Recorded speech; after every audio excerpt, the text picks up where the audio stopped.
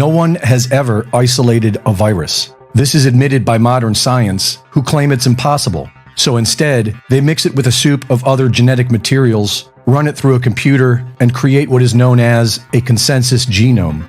The theory that the invisible virus is a lie was put forth nearly 30 years ago by William Bramley in his book, The Gods of Eden, where he outlines thousands of years of human culling events.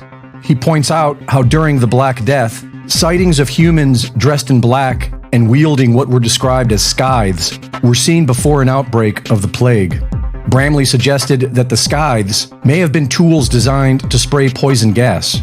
Denis Rancourt suggests that there has never been a virulent pathogen, including the bubonic plague, and that these historic mass death events are done deliberately by oppressive systems to maintain population control.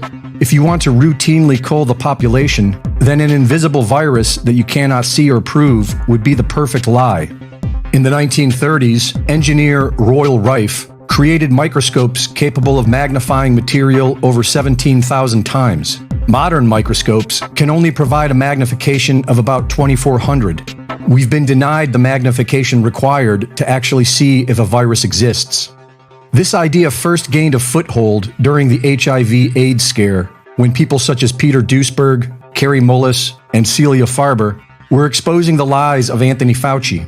And it gained serious traction during the COVID era with the work of Andrew Kaufman, Tom Cowan, Denis Rancourt, and Dr. Lee Merritt. Dr. Lee Merritt studied the official test for SARS-CoV-2 and found they are actually testing for the Homo sapien genome, which is highly suspect. And there are many other suspicious facts.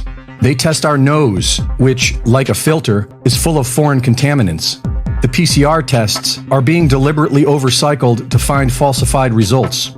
What we are told is a deadly virus looks identical to an exosome, a naturally occurring part of cellular cleansing. The first scientific publication created to disseminate information to the public was named after an ancient altar used for ritual sacrifice called Pergamon, and the first editor was Mossad agent Robert Maxwell.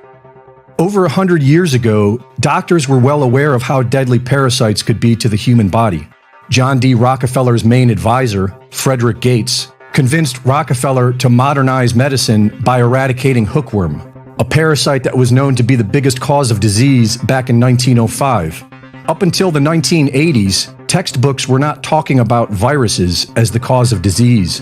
They were talking about parasites. Today, while animals require routine deworming, modern science says that it's not a problem for humans.